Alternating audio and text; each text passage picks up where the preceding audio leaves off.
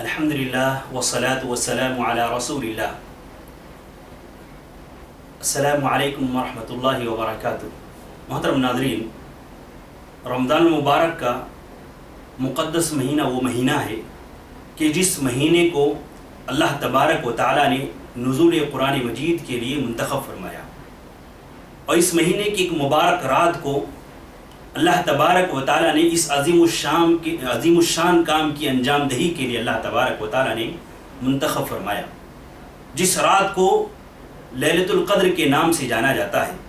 اللہ تبارک و تعالیٰ خود قرآن مجید کے اندر ارشاد فرماتا ہے، انا انزلناہ فی لیلۃ القدر، ہم نے قرآن مجید کو قدر والی رات کے اندر اتارا ہے.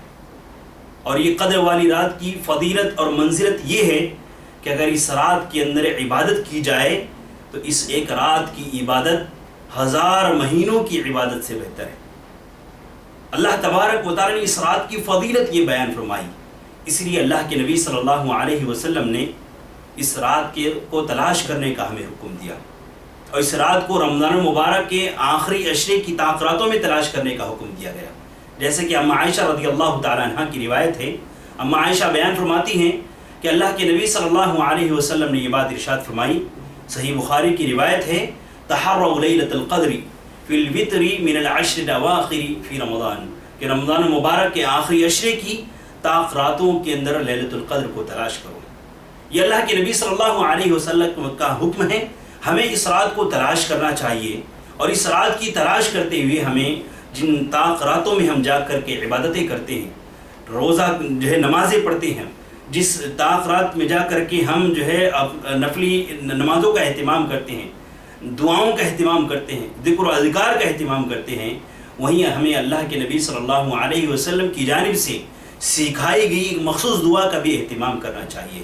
اور وہ دعا کیا ہے؟ اس کی راویہ بھی اماں عائشہ رضی اللہ تعالیٰ عنہ خود ہیں.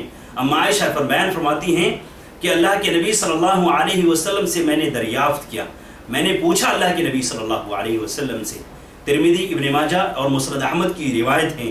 اماں عائشہ کہتی ہیں کہ میں نے سوال کیا، اللہ کے نبی صلی اللہ علیہ وسلم، اگر میں لیلۃ القدر کو پالوں، ان وافقت لیلۃ القدر، اور دوسری روایت کے اندر یہ الفاظ آتے ہیں کہ ما رأیت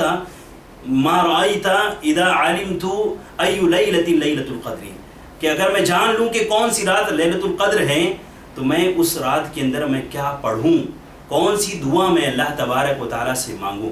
اللہ کے نبی صلی اللہ علیہ وسلم نے ایک دعا سکھلائی، اور اللہ کے نبی نے فرمایا کہ قولی اللہم انک عفو تحب العفو فاعف عنی. اے عائشہ، اگر آپ اس رات کو پالیں تو آپ یہ دعا کہیں، اور یہ دعا کیا ہے؟ اللہم انک عفو، اے اللہ تبارک و تعالیٰ تو معاف کرنے والا ہے، تحب العفو، معافی کو پسند کرتا ہے، فاعف عنی، تو مجھے معاف فرما دے. دیکھیے یہ پیاری سی دعا اللہ کے نبی نے ہمیں سکھلائی، بہت جامع ترین دعا. اس دعا کے اندر اللہ کے نبی صلی اللہ علیہ وسلم نے ہمیں دعا کے ایک اہم ترین ادب سے بھی ایک اہم ترین ادب بھی ہمیں سکھلایا کہ اللہ تبارک و تعالیٰ کو اس کے ناموں کے ذریعے سے اس کے ناموں کے ذریعے سے اللہ تبارک و تعالیٰ سے دعا کی جانی چاہیے. اس دعا کے اندر اسی چیز کا ذکر ہے، اللہم انک عفو. ہم دعا کرتے ہیں کہ اللہ تبارک و تعالیٰ تو معاف کرنے والا ہے. یہ اللہ کے ناموں میں سے ایک نام ہے، العفو اللہ کے ناموں میں سے ایک نام ہے. اس نام کے ذریعے سے ہم دعا کرتے ہیں. کیا دعا کرتے ہیں؟ اے اللہ تبارک و تعالیٰ تو معافی کو پسند کرتا ہے، تیری صفت یہ ہے کہ اللہ تبارک و تعالیٰ کہ تو معافی کو پسند فرماتا ہے، فاعف عنی، تو اللہ تبارک و تعالیٰ تو مجھے معاف فرما دے. جہاں ہم اس دعا کو کرتے ہیں، جہاں ہم اس دعا کو مانگتے ہیں، تو ہمارے ذہن کے اندر، ہمارے دماغ کے اندر یہ چیز ہونی چاہیے کہ اللہ تبارک و تعالیٰ معافی کو پسند کرتا ہے، معاف کرنے کو پسند کرتا ہے. اور اللہ تبارک و تعالیٰ کے خاصے میں سے یہ چیز ہے، اللہ تبارک و تعالیٰ کی صفات میں سے یہ چیز ہے کہ اللہ لوگوں کو معاف کرنے والا ہے، لوگوں کو بخشنے والا ہے. اور اللہ تبارک و تعالیٰ معافی کرنے کو، معاف کرنے کو اللہ تبارک و تعالیٰ پسند کرتا ہے.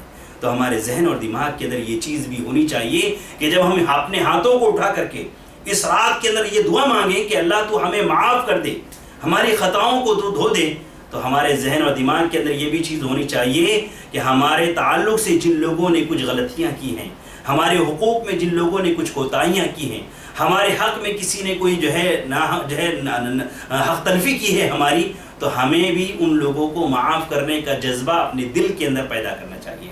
امام سعدی رحمہ اللہ ایک آیت کریمہ کی تفسیر کے اندر آیت کریمہ فمن عفا واصلح فاجرہ علی اللہ، اس آیت کریمہ کی تفسیر کے اندر لکھتے ہیں کہ جو انسان معاف کر دے پھر اپنے معاملات کو درست کر لے تو اس کا اجر اللہ تبارک و تعالیٰ کے اوپر ہے۔ اس آیت کریمہ کی تفسیر کے اندر لکھتے ہیں کہ جو انسان یہ چاہتا ہو کہ اللہ تبارک و تعالیٰ اس کو معاف کرے تو اسے چاہیے کہ وہ لوگوں کو معاف کرنے والا بنے۔ یہ بڑی عظیم چیز ہے۔ جب ہم اس رات کے اندر دعائیں کرتے ہوئے اللہ تبارک و تعالیٰ کے سے معافی کے خواستگار ہوتے ہیں تو ہمارے ذہن اور دماغ کے اندر یہ چیز بھی ہونی چاہیے کہ ہم دوسروں کو بھی معاف کرنے والے بنیں۔ اس دعا کا پیغام یہی ہے۔ اس ليلۃ القدر کے اندر جہاں بہت سارے پیغامات جو ہے پوشیدہ ہیں، جہاں بہت ساری اہمیتیں اس کے اندر پوشیدہ ہیں، وہیں ایک اہمیت یہ بھی ہے اس کی، ایک پیغام یہ بھی ہے اس کا کہ جہاں ہم اللہ سے معافی مانگ رہے ہیں وہ ہم دوسروں کو معاف کرنے والے بنیں۔ اللہ تبارک و تعالیٰ سے دعا ہے کہ جو باتیں کہیں اور سنی گئی ہیں ان تمام باتوں پر عمل کرنے کی توفیق نصیب فرما۔ اللہ تبارک و تعالیٰ ہمیں ليلۃ القدر کو تلاش کرنے کی اور اس ليلۃ القدر کے اندر زیادہ سے زیادہ نفلی عبادات کو انجام دینے کی ہم کو توفیق نصیب فرما۔ اللہ تبارک و تعالیٰ اس دعا کا اہتمام کرنے کی ہم کو توفیق نصیب فرما جو دعا اللہ کے نبی نے سکھلائی ہے۔ اللہم انک عفو تحب العفو فاعف عنی، آمین و تقبل یا رب العالمین۔